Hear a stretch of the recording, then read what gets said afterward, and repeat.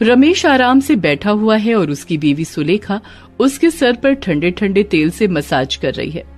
वाह सुलेखा, तुम्हारे हाथ में तो जादू है।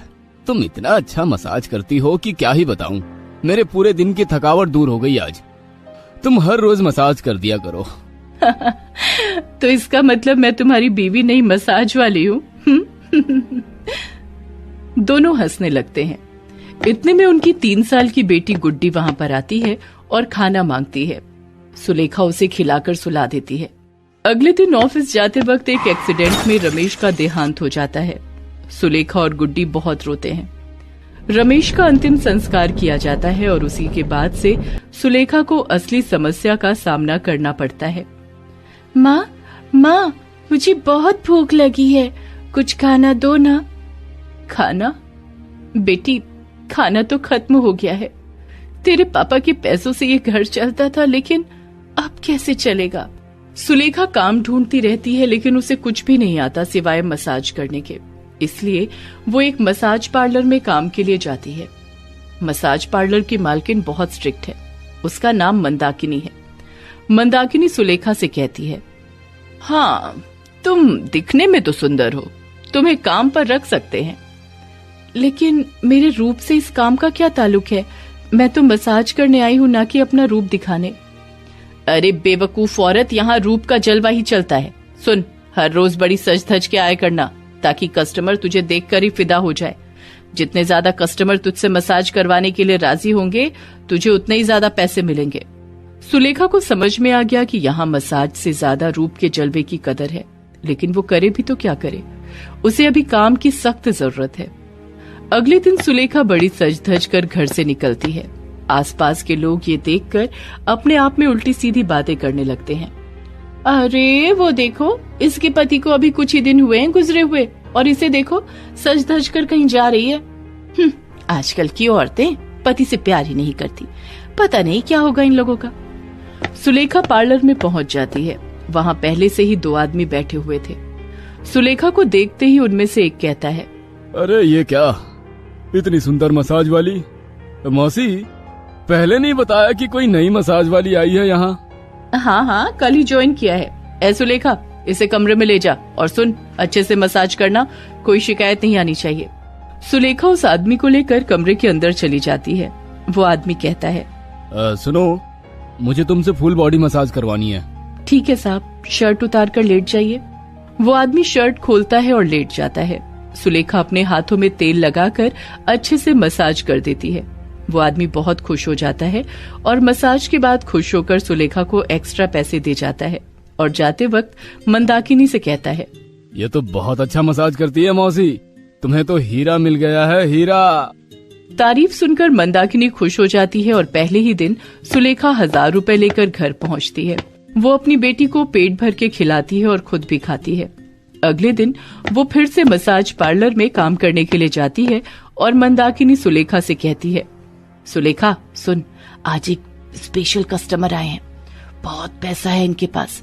अगर तू इन्हें खुश कर पाई ना, तो तुझे और मुझे बहुत पैसे मिलेंगे। तू सुंदर और जवान है, इसीलिए तुझे ये काम सौंप रही हूँ। पैसों के बारे में सुनकर सुलेखा खुश तो हो जाती है, लेकिन जब मंदाकिनी वहाँ से चली जाती है तब मसाज पार्लर में काम करने वाली एक लड़की सुलेखा के पास आती है और कहती है, दीदी आप ये काम मत लो, जो आए हैं वो इंसान के रूप में हैवान है। मगर क्या करूं बहन, एक ही दिन हुआ है मुझे यहाँ, ठीक से काम नहीं करूंगी तो ये लोग मुझे निकाल देंगे। सुलेखा कमरे के अंदर जाकर देखती है कि एक बड़ा सा और मोटा सा आदमी सोया हुआ है। वो दिखने में काफी बदसूरत है। सुलेखा को देखकर उस आदमी की आंखें चमक उठती हैं। वो आदमी हंसता है और कहता है, आओ, जल्दी आओ। उस आदमी को देखकर सुलेखा को अच्छा नहीं लगता है, फिर भी सुलेखा मसाज करने लगती है। वो आदमी कहता है, वाह, तुम्हारे हाथ में तो जादू है और तुम कितनी प्यारी भी हो। तुम तो एक किलर हो, किलर। सुलेखा उसे खुश करने के लिए हंसकर कहती है, थैंक यू साहब। अरे सिर्फ थैंक यू से काम नहीं चलेगा, आज मुझे खुश करना पड़ेगा। मुझे अपने रूप का थोड़ा जलवा दिखाओ ना रानी। ये बोलकर वो आदमी सुलेखा को छूने की कोशिश करता है। सुलेखा घबरा जाती है और कहती है, ये क्या, आप ये क्या कर रहे हैं? मैं वैसी लड़की नहीं हूँ, छोड़ दीजिए मुझे। अरे ऐसे नखरे तो सभी करते हैं पहले, लेकिन उसके बाद सभी शांत हो जाते हैं। ये बोलकर वो आदमी सुलेखा के साथ जबरदस्ती करने की कोशिश करता है। कोई चारा न होने पर सुलेखा एक फूलदानी से उसके सिर पर मारती है। सर पर चोट लगने की वजह से वो आदमी बेहोश हो जाता है और सुलेखा बाहर निकल जाती है। तभी मंदाकिनी गुस्सा हो जाती है। चुड़ैल, ये क्या किया तूने? ये कौन है पता है? वो आदमी मेरी इज्जत के साथ खेलने की कोशिश कर रहा था, तो मैं क्या करती? इज्जत की इतनी परवाह है तो इस काम में आई ही क्यों? निकल यहाँ से, निकल। सुलेखा को वहां से निकाल दिया जाता है। सुलेखा रोते हुए घर चली जाती है। गुड्डी कहती है, क्या हुआ माँ, आप इतनी जल्दी क्यों चली आई? मैंने काम छोड़ दिया है बेटी, वो लोग अच्छे नहीं है। तुम चिंता मत करो, मैं कोई और काम ढूंढ लूंगी। तभी मंदाकिनी वहां पर आ जाती है और कहती है, उसकी नौबत नहीं आएगी। सुलेखा पीछे मुड़कर देखती है और चौंक जाती है। वो देखती है कि मंदाकिनी के साथ वो आदमी भी है। चुड़ैल कहीं की, मुझे मारा तूने? तेरी इतनी हिम्मत, अब देख मैं क्या करता हूँ। ये बोलकर वो आदमी सुलेखा और गुड्डी को घर से निकाल देता है। गुड्डी रो पड़ती है। माँ, अब क्या होगा माँ, अब कहाँ जाएंगे? सुलेखा रोते हुए कहती है, पता नहीं बेटी, भगवान ने हमारे लिए जैसा सोचा है वैसा ही होगा। वो आदमी सुलेखा के घर पर कब्जा कर लेता है। आसपास के लोग कहते हैं, मुझे पता था ऐसा ही होगा। ये सुलेखा कुछ ठीक नहीं लगती थी मुझे, कहाँ कहाँ काम पर जाती थी। सुलेखा गुड्डी को लेकर रास्ते में घूमती रहती है। 2 दिन भूखे रहने के बाद वो लोगों से भीख मांगती रहती है। गुड्डी भी रोते हुए भीख मांगती है। साहब कुछ पैसे दे दो ना साहब, कुछ पैसे दे दो ना। एक रात बारिश होती है और दोनों भीग जाते हैं। गुड्डी को बुखार आ जाता है, लेकिन सुलेखा के पास उतना पैसा कहाँ है कि वो अच्छे डॉक्टर को दिखा सके। सुलेखा गुड्डी को गोद में उठाकर सरकारी अस्पताल में जाती है और वहाँ अचानक से एक आदमी आ जाता है। सुलेखा को याद आता है कि मसाज पार्लर में पहले दिन उसने उसी आदमी का मसाज किया था। वो आदमी कहता है, अरे तुम यहाँ आज मसाज पार्लर नहीं गई? तब सुलेखा उस आदमी को सब कुछ बताती है। सब कुछ सुनकर वो आदमी कहता है, हाँ मुझे पता है, मंदाकिनी मौसी भी अच्छी नहीं है। वो मसाज पार्लर के आड़ में यही सब चलाती है। सुनो, तुम बहुत अच्छा मसाज करती हो, ये एक टैलेंट है, इसे वेस्ट मत करो। मेरी एक दुकान है, तुम वहाँ खुद का मसाज पार्लर खोल सकती हो, हम पार्टनरशिप में काम करेंगे। सुलेखा को जैसे हाथ में चांद मिल जाता है, वो राजी हो जाती है। अस्पताल में ट्रीटमेंट होने के बाद गुड्डी ठीक हो जाती है और सुलेखा उसे लेकर उस आदमी के घर पर चली जाती है। वो आदमी गुड्डी का ख्याल रखने लगता है और सुलेखा अपना मसाज पार्लर खोल लेती है। उसके हाथों के जादू से खुश होकर एक के बाद एक कस्टमर आने लगते हैं। वाह, क्या मसाज करती हो तुम। मैं तो उस मंदाकिनी के पार्लर में जाता था, अब से मैं तुम्हारे पास ही आऊंगा। ऐसे ही सुलेखा का बिजनेस बड़ा हो जाता है और वो अमीर हो जाती है। उधर मंदाकिनी के पार्लर में पुलिस की रेड पड़ती है और मंदाकिनी के साथ साथ उस हैवान आदमी को भी पुलिस गिरफ्तार कर लेती है। ऐसे ही सुलेखा को अपना पुराना घर भी वापस मिल जाता है और इसी तरह सुलेखा कड़ी मेहनत से जिंदगी में सफल हो जाती है। वो साबित कर देती है कि टैलेंट और मेहनत से कोई भी किसी भी काम में सफल बन सकता है, बस उसे अपने आप पर विश्वास होना चाहिए। जमालपुर गांव में रहने वाली कमली अपनी 18 साल की बेटी चंदा के लिए अपनी छोटी सी जमीन पर खेती करती थी। उसी से उनका गुजारा चलता था। कमली का एक पड़ोसी था, उसका नाम था शैतान सिंह। जैसा नाम वैसा ही काम था उसका। कमली की जमीन पर तो उसकी नजर थी ही, साथ ही उसकी बुरी नजर चंदा पर भी थी। एक दिन चंदा अपने खेत में अकेले काम कर रही थी, तभी शैतान सिंह वहाँ आ धमका। हाय हाय, तुझे काम करते देखकर ऐसा लग रहा है कि कोई स्वर्ग की अप्सरा खेत में काम कर रही है। चंदा ने जैसे ही शैतान सिंह को देखा, उसने अपना मुंह बना लिया और बिना उसकी बात का जवाब दिए काम करती रही। कुछ बोल भी लिया कर, तेरी खामोशी तो मेरी जान ले लेगी। तू बड़ा ही बेशर्म किस्म का आदमी है, तुझे एक बार में बात समझ नहीं आती क्या? मुझे नहीं करनी तेरे से शादी, तू मुझे काम करने दे, परेशान मत कर, नहीं तो मैं शोर मचाऊंगी। ये कहकर अपने प्रेमी पर जुल्म मत कर। चंदा की बात सुनकर शैतान सिंह को गुस्सा आ गया। देख, तेरे से मैं प्यार से बात कर रहा हूँ, तो तू ऐठ रही है। अपना प्यार अपने पास रख। देख चंदा, मुझसे पंगे मत ले, नहीं तो किसी को मुंह दिखाने के लायक नहीं छोड़ूंगा। उसकी बात सुनकर चंदा को भी गुस्सा आ गया।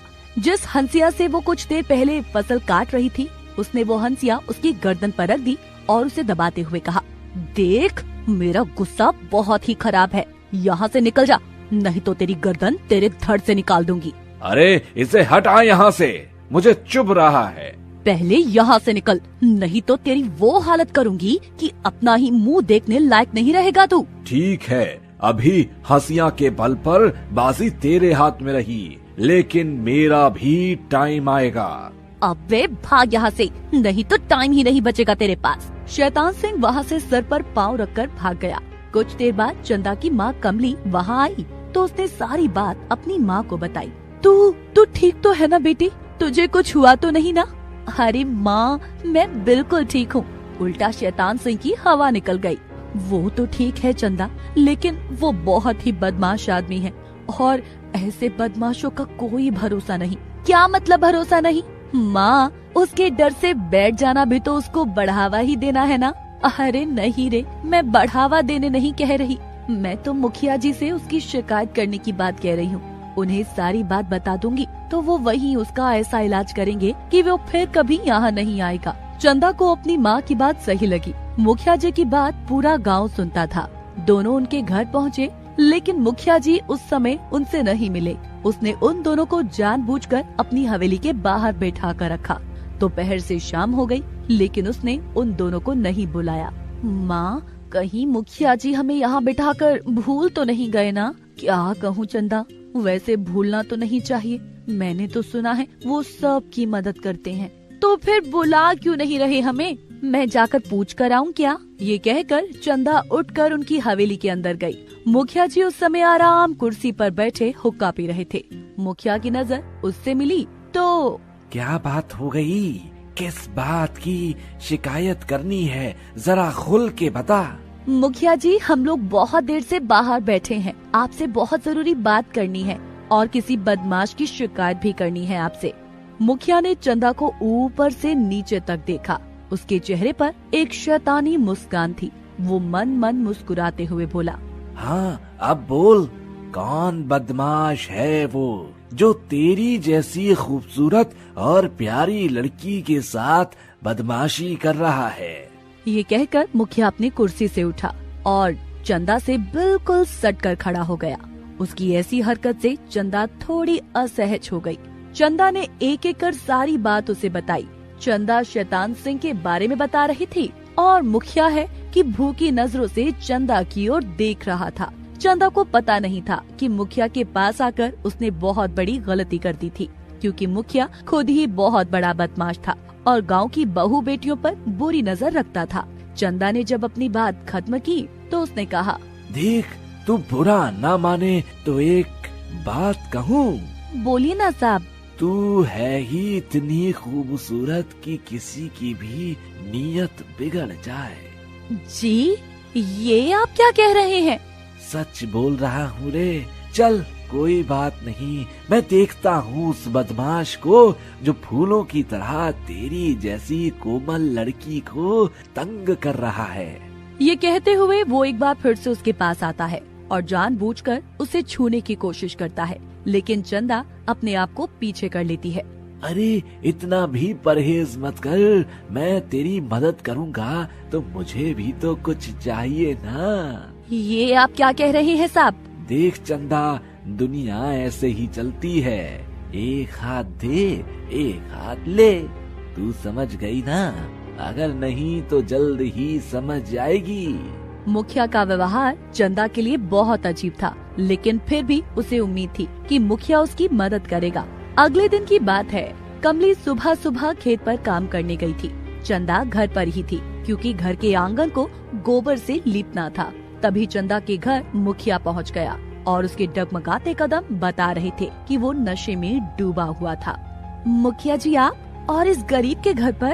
अरे तू कहाँ गरीब, तू तो करोड़पति है रे। मैं समझी नहीं। तू बहुत भोली है रे, और भोले लोग मुझे बहुत पसंद हैं। ये कहकर वो खिलखिलाकर हंस पड़ा।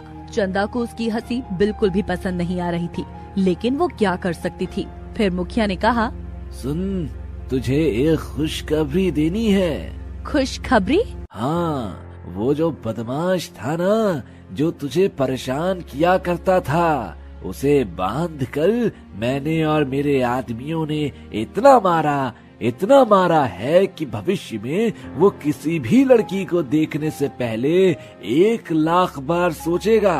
आपने मेरी बहुत बड़ी मदद की मुखिया जी। अरे मदद कैसी, गांव का मुखिया हूँ तो ये तो मेरा फर्ज है कि तुम लोगों की सेवा पूरे तन मन से कर सकूं। ये कहकर मुखिया ने चंदा का हाथ पकड़ लिया। अरे अरे, ये क्या कर रहे हैं आप मुखिया जी? छोड़िए मेरा हाथ। अरे हाथ छोड़ने के लिए थोड़ा ही पकड़ा है, मैंने तेरा काम कर दिया, अब तू मेरा काम कर दे। ये कहकर मुखिया ने चंदा को पकड़ना चाहा, लेकिन चंदा उसके मंसूबे समझ गई और दम लगाकर वो अपनी माँ कमली के पास खेतों में भागी। मुखिया भी उसके पीछे पीछे भागा।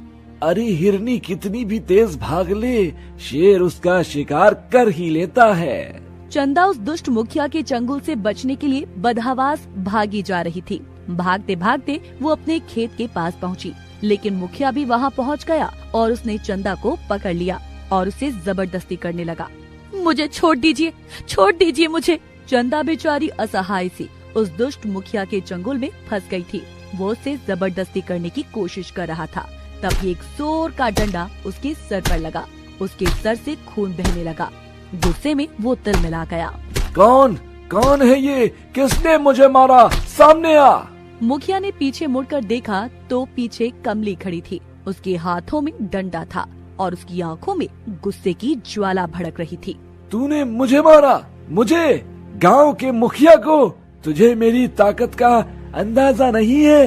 अपनी ताकत के बारे में डींग हाँकना छोड़ दे मुखिया, क्योंकि तुझे औरत की ताकत का पता नहीं है। उसके बाद कमली ने वही डंडा अपनी बेटी के हाथ में थमा दिया और खुद अपने हाथ में हंसिया लिया और उसे मुखिया की गर्दन पर रखकर चंदा से कहा, मार चंदा, इसे मार, इतना मार कि इसे समझ में आ जाए कि औरतों की ताकत कितनी होती है। तुम लोग ठीक नहीं कर रहे हो, मैं बर्बाद कर दूंगा तुम लोगों को। ये गीदड़ भभकी उनको देना जो तुझसे डरते हैं, यहाँ तेरी हेकड़ी नहीं चलेगी। उसके बाद चंदा ने उस दुष्ट मुखिया को बुरी तरह से मारना शुरू कर दिया। चंदा ने डंडे मार कर उसका शरीर लहूलुहान कर दिया। मुखिया दर्द से तड़पने लगा और चंदा के पांव पर गिरकर माफी मांगने लगा। अरे क्यों मार रही हो मुझे? छोड़ दो मुझे। मुझे माफ कर दे। अरे मत मार, अब मुझे माफ कर दे। तब तक आसपास पूरे गांव के लोगों की भीड़ इकट्ठा हो गई थी। वो सभी चंदा के समर्थन में खड़े हो गए थे, क्योंकि कभी न कभी, कहीं न कहीं उनमें से कोई न कोई उस मुखिया के शोषण का शिकार हुआ था। उसके बाद पूरे गांव वाले उसे बांधकर पुलिस स्टेशन ले गए और उसकी सारी असलियत पुलिस को बताई। पुलिस ने वहाँ भी उसकी खूब धुनाई की और उसे जेल भेज दिया।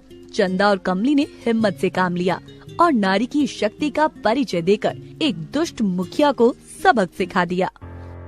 दोस्तों, आप हमारे चैनल को जरूर सब्सक्राइब करें